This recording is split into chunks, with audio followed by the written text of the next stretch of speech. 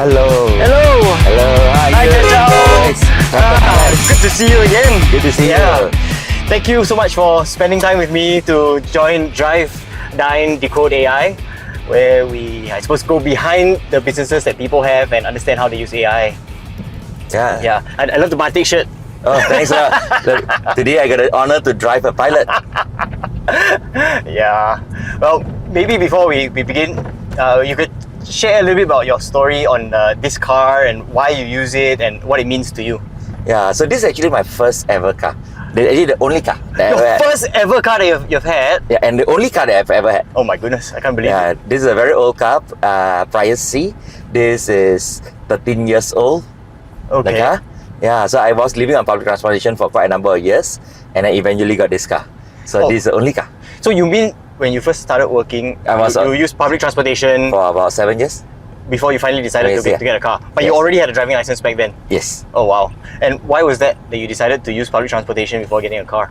I think that I've always believed that public transport is the easiest way and everything. So when I first in KL, I was living in Bridgefield. Right. So that time there's no new central yet, but it's near to KL Central. So I used to walk through the Bridgefields to the stations, and then after that I was living near the Asia Jaya station. Nice. So I was through that journey. Nice. Yeah. I love the fact that you are still using the same car and it's serving you faithfully. So why need to change it, right? Yeah, it's a simple. It's not the best car, but it does its job, and it's a simple. Right. And it works. Yeah, and I think a lot of times it's just be comfortable. I like it in a small size. I can go around, squeeze in anywhere, and be very, very basic. Yeah. So maybe you can also share a little bit about your journey or where you started off your career and where you are today. Yeah, so I started my career in Accenture, so consulting. So I was looking at it from a various client standpoint, from telco, pay TV, the local TV fronts and everything. So looking at it, and I had a stint short projects in Singapore as well on a telco there. And then after that, I went to Job Street as a product person. So look at product manager. To be honest, I actually know nothing about product, right? And I think that time I was like, okay, got a fresh grad student segment and was managing that for as a product standpoint. And to be honest, I look back, I was actually doing it more like a marketing or anything rather than a product. I mean, if I were to today reflective back years later, then in 2011 went on Groupon. So started after Joel and Kylie sold Group Small to Groupon. Then I joined Joel in that journey. Okay. So started in Malaysia. Actually, Joel offered me inside sales manager, which is technically glorified name for telesales agent. That's true. So started there. Did you know him before? I met him at events. Oh, I see. Kind of events. So he was back then was organizing quite a bit of the conference, everything. So when I was at Job Street, we were partnering them. I see. Okay. Yeah. Then so that's how he offered you a job as inside sales. Yeah. So then, but I went in on day one after serving 2 month notice. He was like, "I can't wait for you. I don't need you anymore. This role anymore." So I was doing random things for 3 weeks. At the end of 3 weeks, he was like, "Okay, then what do I do, right?" Okay. So then after that 3 weeks, he was like, "Hey, why don't you become COO?" I've never managed anyone. Wow, from random things to COO. Yeah. Oh, wow. Inside sales to random things to COO. Yeah. Amazing. So he got a cheap labor.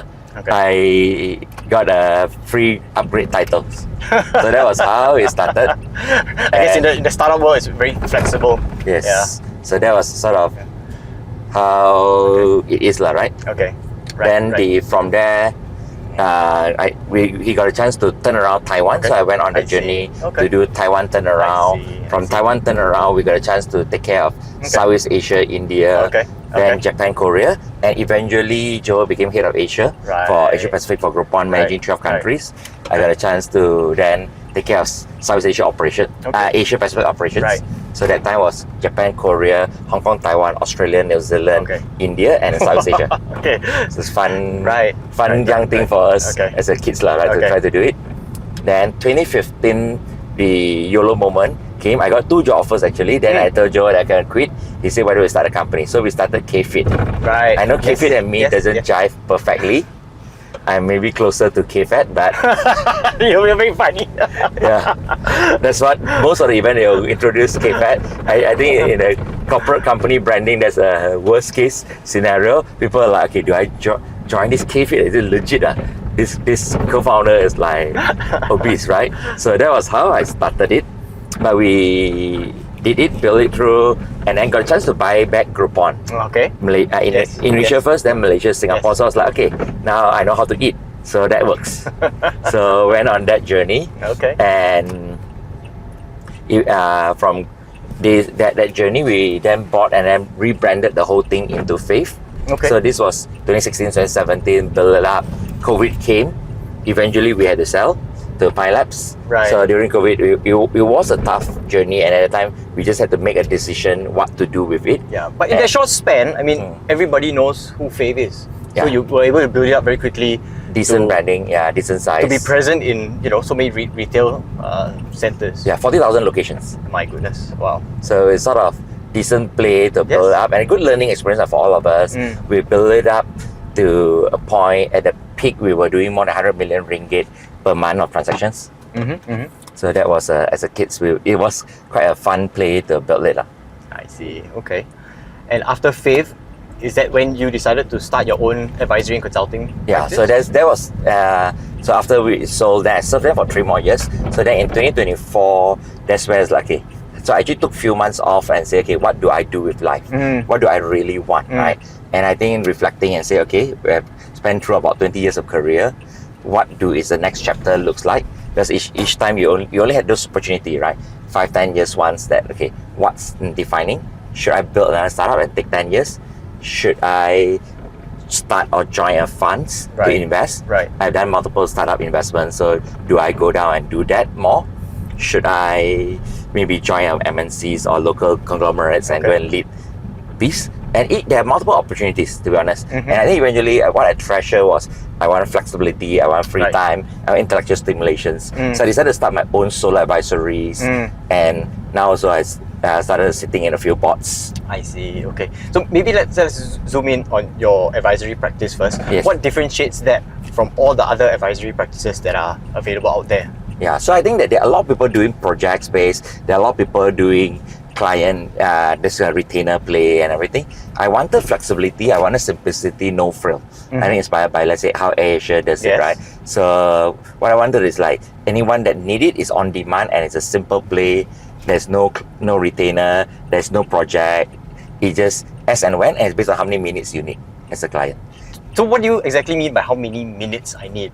So let's say in any engagements, it's like when someone meet me for sessions. So let's say example is 2:45 p.m. at the start of sessions.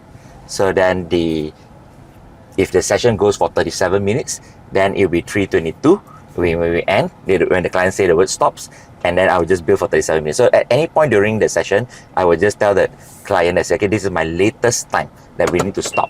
So let's say example, I have a hard stop at 4 o'clock. But anytime between there, at any point, you just say the word stop, the timer will stop. I see. Then it just ends. That's really, so really no frill, interesting. turn the decision making to the client. And I think as I go on these models, what is interesting is that there's also no sales cycle, because the client just try lah. Worst case, in 1 minute, 2 minutes, no one has done it, but in 1-2 minutes, I can say the word stop. And it's the I end. see. That's really nice. So No it's frills. like a trial with no frills, and Yeah. if I want another session, then I can book another 37 minutes whenever I want. You don't even need to decide 37 minutes. You just do another sessions and then we just go with it and see where it goes. That's true. And That's what true. clients that you do a 5-minute session, 10 minutes, and they just came out of meeting, they got stressed or not, they just call me and then we just go for that. Nice, very nice. Okay, well, thanks for the ride. Let's go and have lunch. Okay, good. Thanks a lot. Looking forward.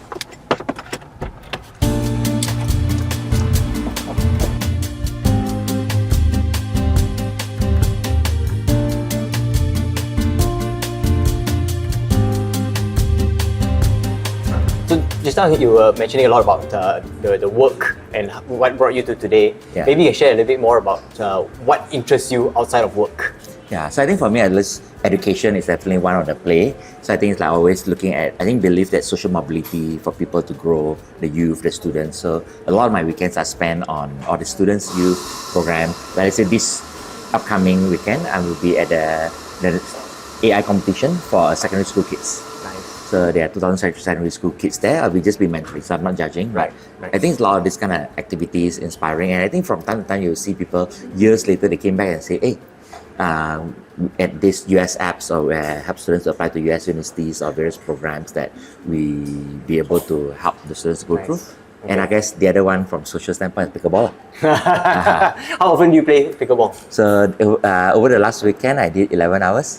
Oh, 11 hours over one weekend. 6 hours on Saturday, 5 hours on Sunday. You're amazing. So- Alright, good job. Yeah, so it's a quite fun. Like I said, Saturday night was playing because it's part of Asian Pickleball Summit. So I was playing with players from 14 countries. I see. So then I just spoke yesterday Nice. at the Asian Pickleball Summit, Okay. where sharing on perspective on the economics of pickleball. Okay. So let's go back now to Yeah. what you mentioned earlier in the car. You talked Yeah. about being an independent director. Yes. What made you get interested to sit on boards and be an independent non-executive director? So I think that just now in the car we talk about, like, let's say, intellectual stimulating conversations, yet I don't want to sit there and do full-time work. Right. So I think it's independent director is quite an interesting balance of that. It allows you to strategically thinking for the company.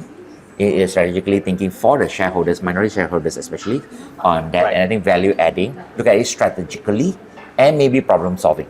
Right. With that. So it's not like a day-to-day in the grind, morning till late night, but as and when needed. And I think it's a lot of perspective learning. As I sit in multiple different boards, you then start to see different angle from each of the boards, right? So let's say I'm currently in Foodie Media Berhad, where I also independent non-executive chairman. So I think it's like when Pinyang asked me to go on it, I actually told him I've never been directors at that time, right?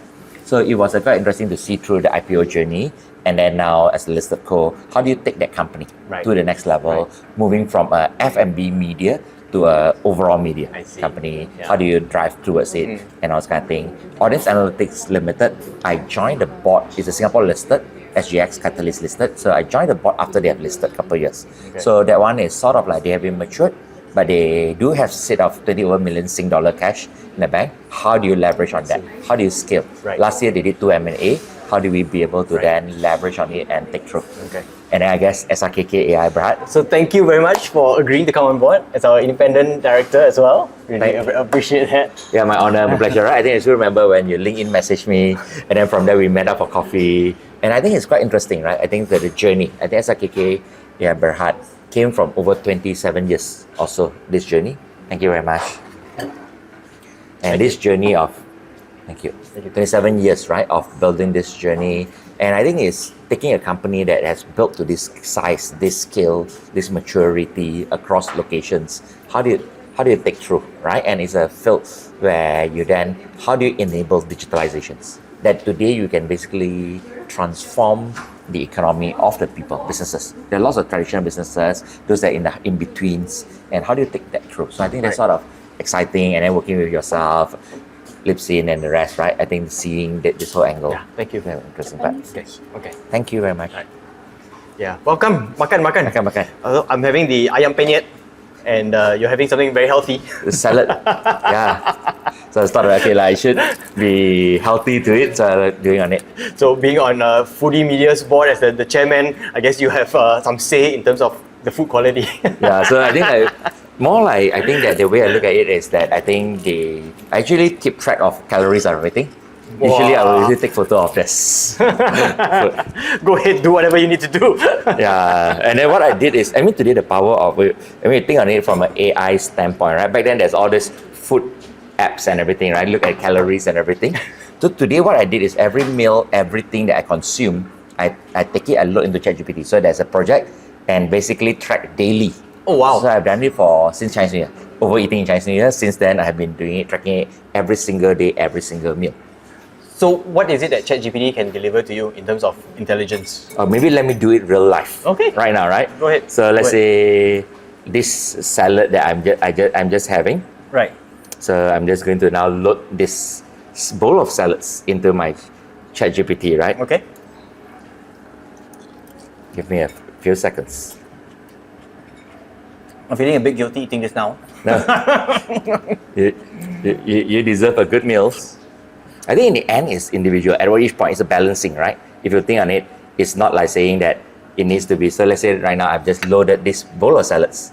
So you say this looks like mixed salad containing lettuce, greens, Right. tomatoes, cucumber, egg, peanuts, almonds, cheese, and stuff. Okay. So this is 330 calories, 15 gram of protein, 12 gram carbohydrate, 24 gram of fat, 5 gram of fiber, And if you look at it even for micronutrients, 550 gram mg of potassiums, Right. 180 mcg of vitamin K, and basically you tell me where I am today.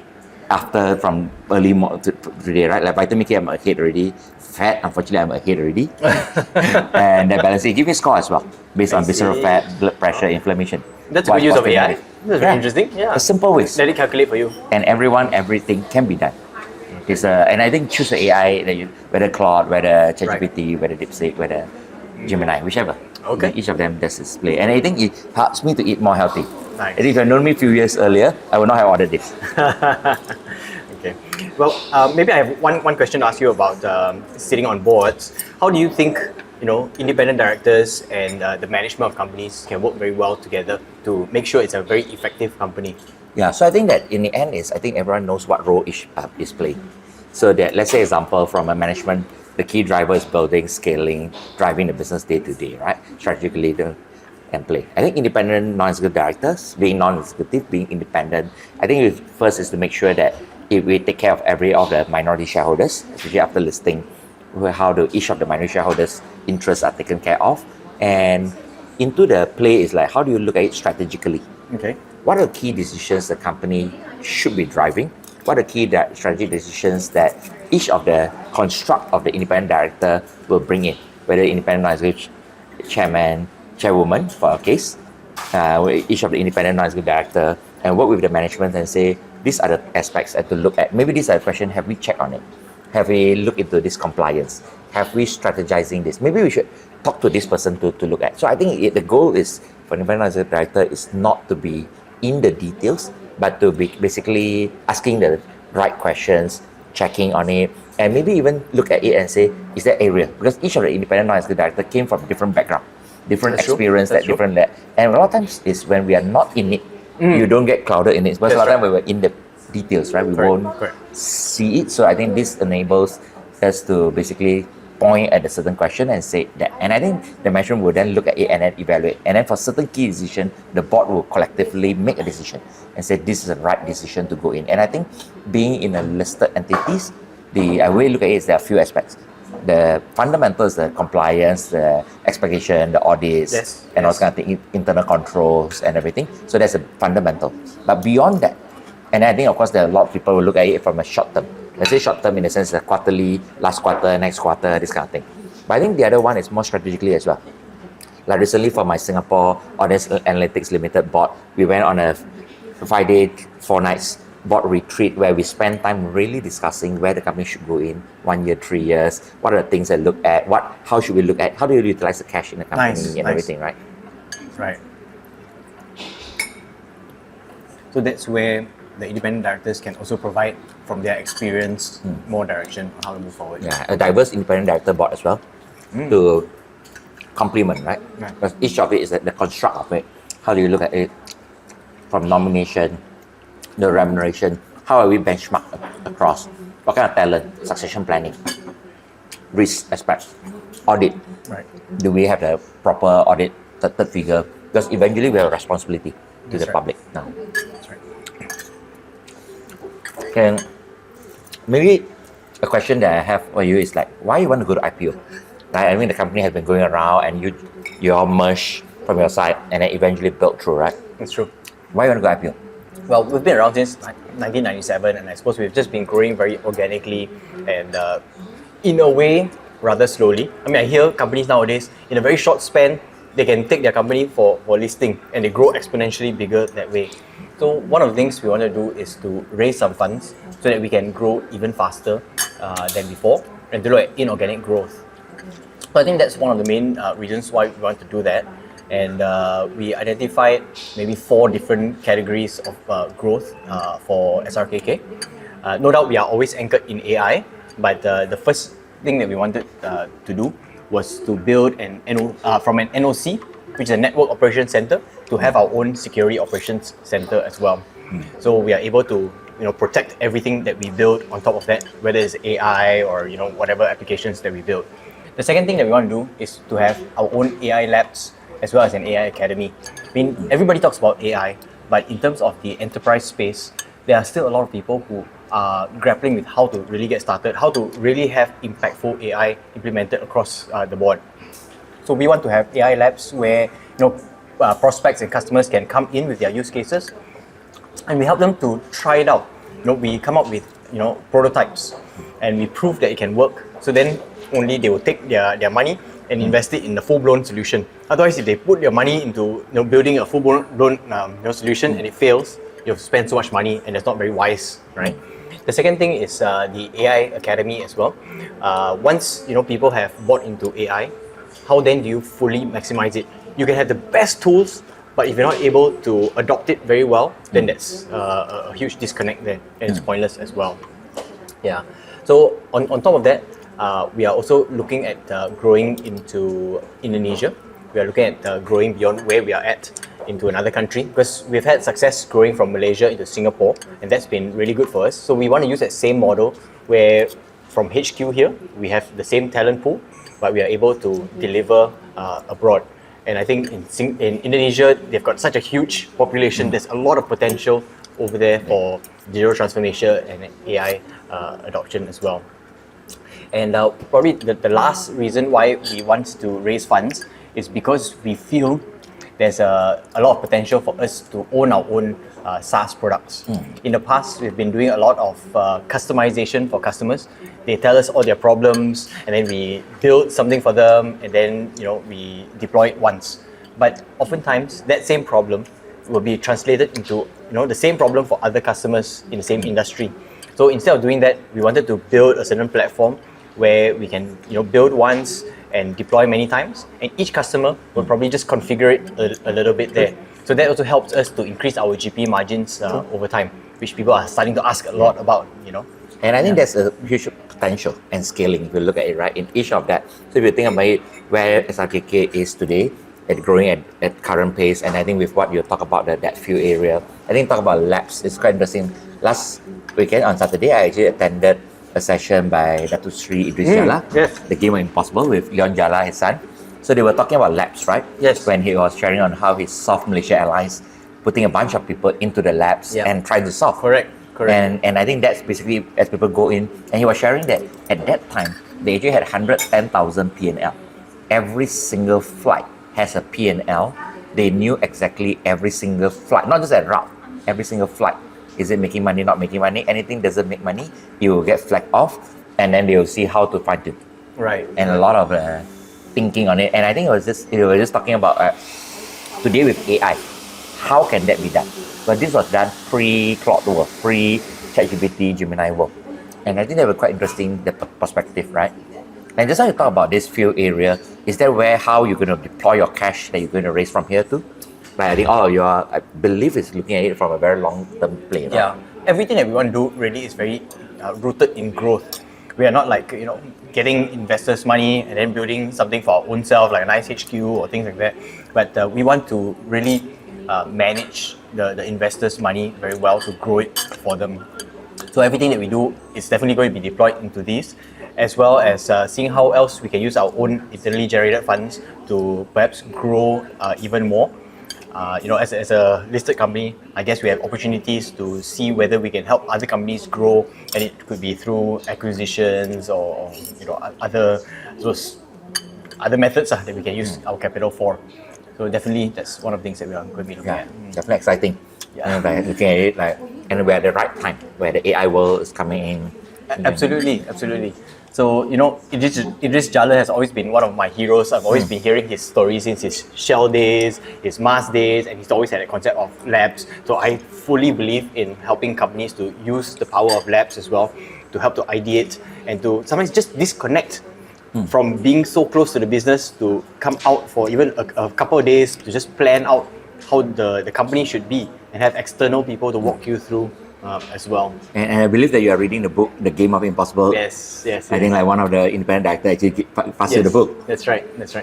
Yeah, so I've been listening to his podcast since now he's at 100 plus episodes already. I started off quite a while ago, and it's always been very inspiring to learn from people like that. Yeah. And I think they were sharing he and Leon was sharing on how they were doing it very bootstrappy. Yes. It's a whole team of it. They were like, okay, just run it in that way. And they made a point every Friday morning they will release an episode. Yes. And they said that they will do it for 200 episodes. And they were sharing that along the way as they built this thing, there's a struggle. Some days they're like, okay, maybe this week can we take a break? But the answer is no. They are very committed to the public and say they need to do it. And hence every episode is that.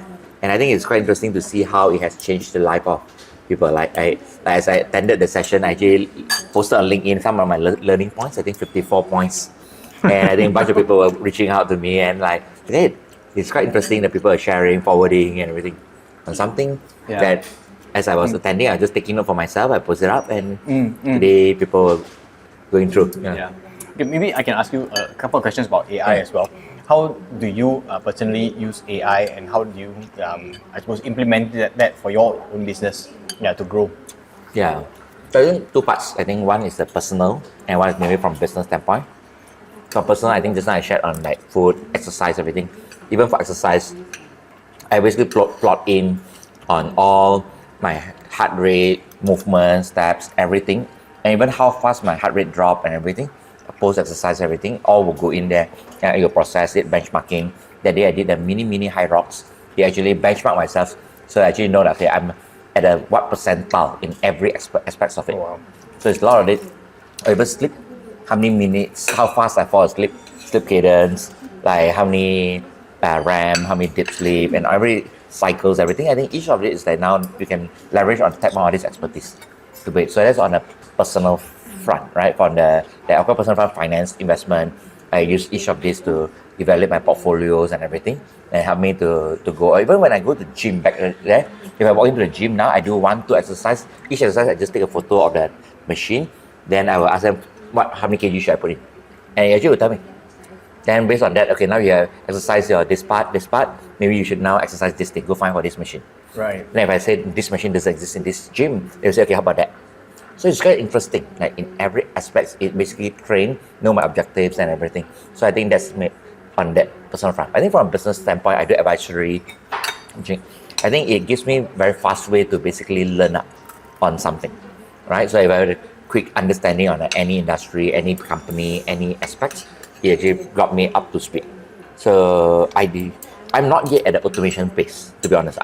In that sense, I'm not the front runner, but I think the way to think of it is leverage on what is the problem solving. I think a couple of days ago, Anwar, MDEX CEO, he was actually written on his LinkedIn how he utilized all this thing, what he used for. For him, he has a lot of meetings, he has a lot of insights that he met, experienced, everything. So he used his generative AI to basically help you remind him, I meet this person, I meet Alex, what do I have already known about Alex and what have I been past interactions? So he basically used it as a repository, then throw back to him. That's how he used it. Right? I think Dr. Vivian, Singapore Foreign Ministers, I was at CNBC Converse Live recently, and he was talking about how he has all these agents that basically every morning he summarizes what happens in the US and around the world when he sleeps. Right. Over the nights, maybe whatever policies or things that have been done, that basically get fed to him. And that's basically allow him to then decide what to do, what not to do, and what to think of.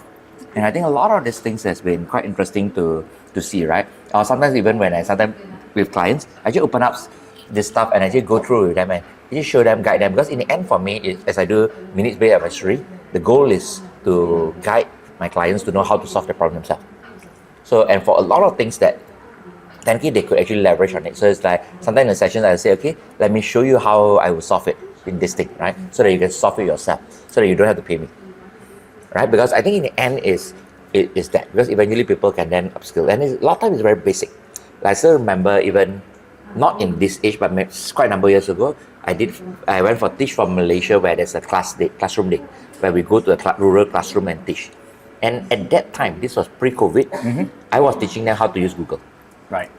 And if today I got a chance to go back to that, actually I'm teaching them how to do prompt. Because I think that between a high quality prompt and an average prompt, it will make a big difference. Absolutely. Yeah. So I suppose seeing how things have changed so much for people and the way they work, do you think, the way humans now interact, or the pressure of work, has that changed? Or do you think it's the same? Is it less or more or no difference? I think the bar has lifted, right? So I think what this thing should ideally do is get us much more prepared, so that we can spend more time on human interactions, critical thinking, insights and everything, asking the right prompt and really sharpen the tools. Today when I want to give a talk, knowing a certain audience, Yes. I basically go to all these things and basically give me some points. I may or may not use it, Right. but it just generated points. And actually, I actually going to speak at one of the TEDx, upcoming TEDx, and actually I actually go on this to ask them and say, based on what you have understand me talking to you for the last many months, tell me what topic should I be? And eventually that's the topic that I said, oh, he gave me 3 topics, give me 3 justification why each topic makes sense to me. And I picked one of them and I submitted, and the organizer was like, okay, yeah, that's good. So it's actually quite interesting. I won't reveal that topic yet until that day, but it's quite an interesting play, right? Okay. That it knows so much about me that it basically gives me the topics that most suitable. But of course, I still need to pick which is most relevant and then decide whether it really pulls So in. there's still the human element in all of that for sure. Yeah, and I think the hallucination has significantly reduced for most of it. So I think today you sort of get through to that point, and I think you still need to sense check and understanding it. But I think it's leveraging, right? I think that maybe yourself, how do you use it? Well, I use it pretty much every single day for pretty much everything. Like you said, sometimes it just gives you the foundation of ideas which then you can build on, and you can take it from there. So it could be either summarizing meetings that I maybe couldn't even attend. So at least I sort of attend by knowing what happened, and then I can ask the right questions later. It could be even helping me to frame what kind of questions I should be asking in certain contexts. Sometimes I'm asked to attend certain meetings and I really don't have very much context. So like you talked about just now, we have got something called a customer 360 because different people interact with the customer, and if all the data is in the CRM, then we can write the right prompt and find out what's been going on with this customer, so that when I walk in, at least I've done my research. So rather than me calling, 5, 6 different people asking me what's been happening, I save time by just writing the right prompt. So things like that have been really, really helpful. Yeah. Amazing. Yeah. So maybe, is there any question you feel that I should have asked you that you'd like to answer? Very good question. I think that in this AI journey, maybe one of the things is like, what are the common pitfalls? What are the things that people fail in doing that, right? Yeah. And I think that maybe I'll just do an attempt on it will be that I think a lot of times people, let's say even like earlier, I was doing one client sessions just before coming here, and the client was like, oh, everyone is loading all kinds of, they're providing tools for client, right? Software tools for clients, and they were like, oh, everyone is building so fancy Changi AI. But my client, actually, they're very traditional. Do I really need to go all the way, right? Because I can't get, because the person has a 3% company, right? So to chase all the way, it doesn't make sense. Right. And I think that when I tell him, I didn't really understand the fundamental problem, what the client face, what the client needs to solve. In the end, the tools and all this AI innovation, everything is just helping to enhance. But it's not it should not be just like the fancy thing. So now I'm in all this thing. Or let's say back then when I was at Faith, we have 40,000 merchants to update to. Every month a report. So this was pre-COVID. We actually created 40,000 deck of slides and automatically sent to them every month. The reporting of all their usage and everything. And this was 2019. Wow. Right? I mean, we didn't call it AI. Right. Right? But Automation. But the reason we do it is just because it's practically impossible to generate 40,000 deck. Correct. And difference we have back then 100 over salespeople. Different people create different deck, different kind of thing. Even if a person 100 people create 20 deck each, there's 2,000 deck only. So the long tail will not get it. So it's quite an interesting play, right? Where you go in and return in a straightforward form and automate and go up. Back then we didn't think that far of it, but today if you look at it this world, that's what it is. So maybe before we call this, or bring this to a close, what kind of advice would you have for people who are about to start on this AI journey? I think for people that starting on this journey, right? I think it's think of what problem or what opportunity you want to go for. One is problem. What is today that whether for work, whether for personal, that you are struggling with, that you can't solve. Maybe you leverage your AI to try to get the attempt to solve it. 2, what's the opportunity or dreams that you want to achieve? That today not so easy to achieve. I think that's another way to go in through. And I think that in the end it starts somewhere. Don't try to do to the max. Start somewhere and have conversation with people. How do you use it? what works, what doesn't work, and it's going to be fast evolving. When ChatGPT came out, it was like wow. Then last year, Chinese New Year, 2025 Chinese New Year, DeepSeek moment. Yes. And DeepSeek came in and it was like wow. But now you don't hear about DeepSeek. Then you have Gemini take over, then you have Manus, you have Claude and everything. And today is all kinds of things. And it's quite interesting to see all these things play, right? That recently I was also at network school in Forest City, seeing 450 people from 70 countries there, trying to explore this topic. And it is just that this cutting edge of the National Secondary School AI competition, 2,000 secondary school kids competing on AI. It's just quite interesting to see that play of how people would enhance it. And I think to everyone out there, don't be afraid about it, but you need to go on it. Right. The world will not wait for anyone that's not going to leverage. Okay. So to summarize, just take small steps and also talk to people And just so go they do can it. learn from people and just do it. Yeah. Okay. What's the advice for them? Well, I think it's pretty similar to what you mentioned, but I would also say that we need to make sure we know what we are measuring against. So have a baseline and know what success looks like. If we don't even measure something, then how will we know whether we've succeeded or not? So oftentimes people sometimes get caught up in tools. Yeah. You just jump into the next shiny thing. Oh, I'll subscribe for this, it looks so good. But do you know whether it's really making a difference for your business or not? Sometimes you don't know. Yeah. So make sure you got regular touch points to go and check in to see whether it's actually working for me. Has it reduced this by how many hours per month? Has it improved my sales or marketing or something along those lines? Yeah, actually maybe the other one for business owner is that also don't be penny one pound foolish. I think there are some people that will like spend a lot of their like time.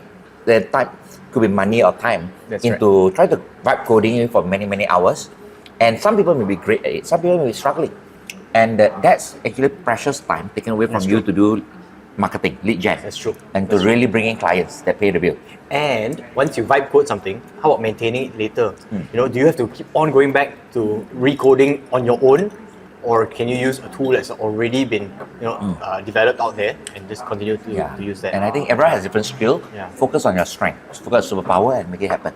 Very nice, very nice. Okay, so last question. Maybe can you share with me maybe 2 other people that I could invite to come on this show? Yeah, to have so I think discussions? the 2 names I can think of, one is I think Warren Liao, who is the founder of Unicroche, which is a startup ecosystem founders where 800 founders in there, and Warren has been there in the cutting edge since 1-2 years ago. He has been talking about AI, he has been doing a lot of AI training, building different aspects on it, and I think he's quite an interesting person that have gone deep.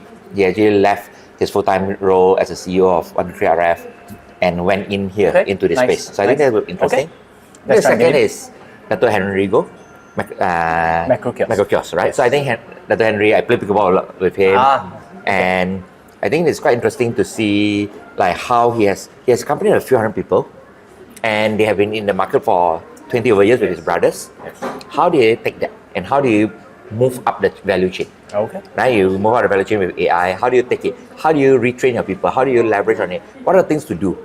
And I think like one of the things that he was telling me is like they started from a lot of the testing aspects first, QA testing aspect, and then gradually move through. Okay. Right? Because today, from a newcomer, it's quite straightforward. But when you have a few hundred people, how do you move? That's true. What works? What doesn't work? That's It's not. true. It's like changing the engine while the plane is flying. That's true. It's a very different size. Yeah. So, well, thank you very much for spending time Thanks, with me Alex. today on Drive, Dine, Decode AI. Really Yeah. appreciate your time, Chen Chow. Looking forward. All right. See you there. Thank you, Captain Alex.